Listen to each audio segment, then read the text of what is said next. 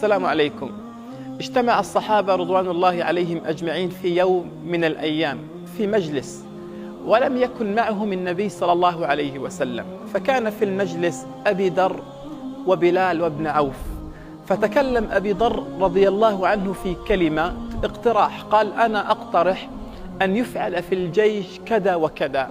فعرضه بلال رضي الله عنه، قال له: هذا الاقتراح خطأ. حينها غضب أبي ذر رضي الله عنه وقال له: يا بلال، حتى أنت يا ابن السوداء تخطئني؟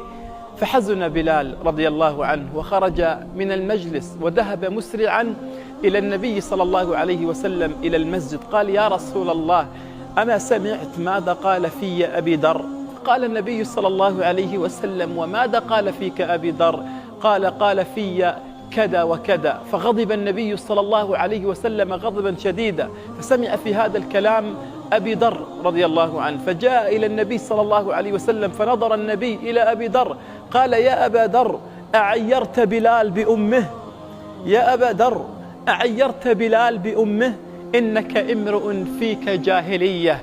حينها خرج أبي ذر من المسجد فوجد بلال بن رباح قد غادر من عند النبي صلى الله عليه وسلم. انظر أيها الحبيب، فطرح أبي ذر وجهه على التراب، وضع خده على التراب وقال: يا بلال، والله لا أرفع وجهي عن التراب ولا أرفع خدي عن التراب حتى تطأه بقدمك. ماذا فعل؟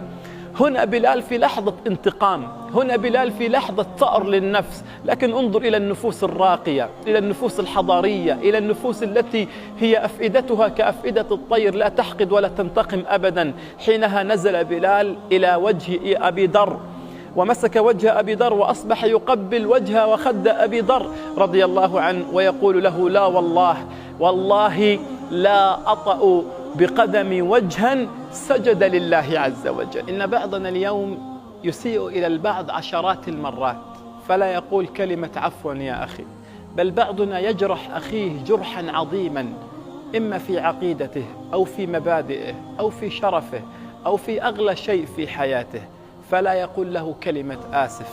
الاعتذار ثقافة راقية يظن بعضنا أنها إهانة للنفس.